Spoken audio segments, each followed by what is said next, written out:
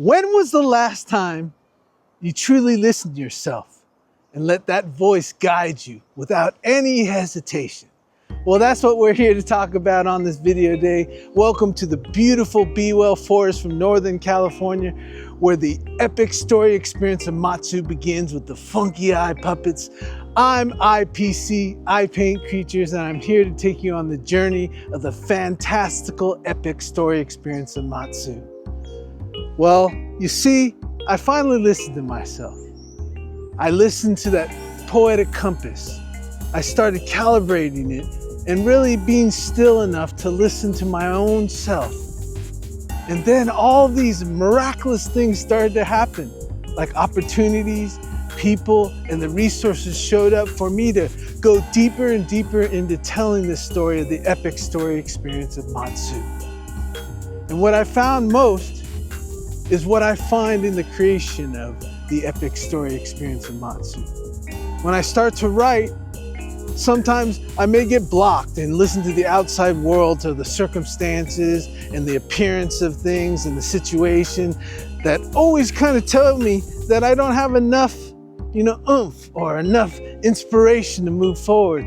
But I find if I be still for a minute and listen to my inner poetic compass as it starts to calibrate itself and show me, it starts coming up with all kinds of ideas. And that's actually how I write the epic story experience of Matsu. I start to write and I just go on a whim, an inspiration, a spark inside myself, and it starts to open up a whole world of miracles and all these ideas that connect to my living experience here on the planet, but also in this story experience of Matsu.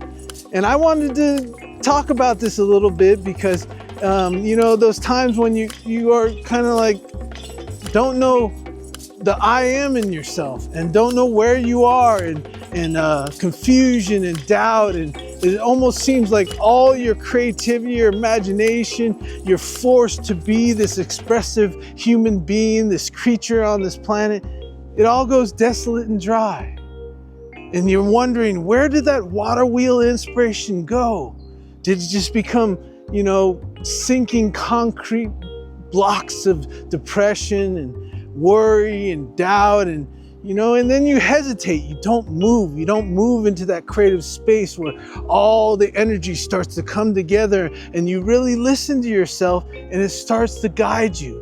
It's like almost the story of Icarus, the one who flew too close to the sun and burned his wings.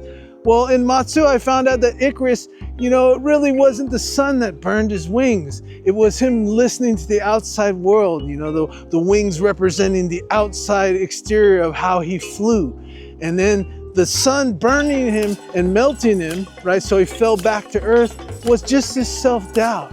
Him not, listening to that painted poetic symphony, not going in and polishing the story stone so he could get access to the mechanisms of creativity and expression and imagination and thinking from and going to the end. And so I think the sun burned him. That was more his self-doubt and listening to the outside world, listening to the appearances of things and the circumstances of things, instead of listening to that inner voice, that song inside yourself, that painted poetic symphony that sings to you when you be still and know yourself and know that, when you desire things, it's already here, it's already existing. And so I wanted to talk a little bit about the story of Matsu, where that unveiled itself. You see, the Atomikkkan, he was the greatest creative, imaginative yokai to ever live. And he went too far into the outside world, in the doubts and the worries and the mechanical and industrial places of this world, that made him doubt his own inner knowledge, his own inner strength, his own inner courage to be an imaginative creature and a creative artist and expressive person who basically imagines and sees their purpose and their path, their painted poetic symphony on this planet. And he basically couldn't go back to being a yokai. And for those of you who are new to the channel, yokai roughly means in English a strange spirit. And strange not meaning like bad or awkward, strange in the fact that you are unique and original. So the Atomikkkan couldn't go back to being that yokai, so he started using more mechanical, more circumstances, more things outside of himself to try to rebuild that magical, expressive, imaginative creature in himself. And he exploded. But he didn't explode in a physical form. He exploded in basically making himself go dry of all his creativity, his self-inner knowledge, his courage to be alive and desire things and create beautiful experiences in his life. And then he took out the spirit world with him because he was known as the greatest yokai to ever live. You know, he was that creative force, that will to be alive and listen to yourself and create magical things. And so he took out the spirit dimension. So every other yokai living on the planet, you know, they thought they couldn't exist without that inspired nature, that inspiration, that supernatural power all of us have inside of ourselves.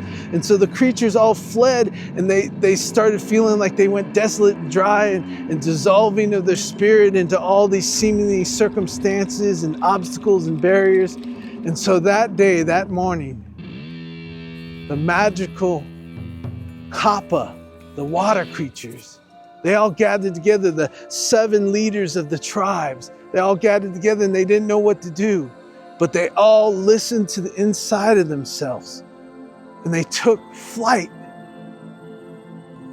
and headed toward the sun. And remember, these are water creatures. So, you know, the outside definitions and their identity was water. They only swim in water. They exist in water. They're all about water, but they took flight into the wind, and they used their fins, and they became wings, and they soared like spaceships, like aircrafts, and they all headed right toward the sun. And once again, they're water creatures. So if they listen to the outside world, you can't go toward the sun, the heat, you're gonna burn. They're water creatures, but they headed with all the courage and inward knowledge, and they listened to their inner voices, didn't hesitate, and headed toward the sun. And then they carved a hole behind the sun.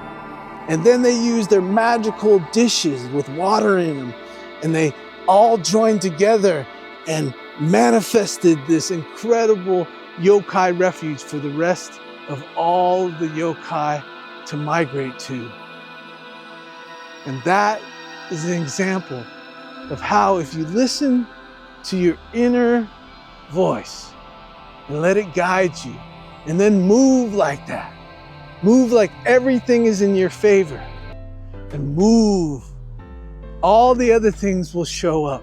All the information, all the intuitive leads, all the resources, the people, the relationships, and most of all, the opportunities to get back on your painted poetic symphony, your journey. And then you can really trust that poetic compass inside yourself as you calibrate it. Yeah. So thank you all for tuning in. It's been an incredible journey, and I'm having lots of fun making these videos and telling you more about my creative experience and expression in the epic story experience of Matsu. Make sure you hit that sub, make sure you share it and like it, and bring this to people who might enjoy this journey that I'm taking you on with Ipaintcreatures, right?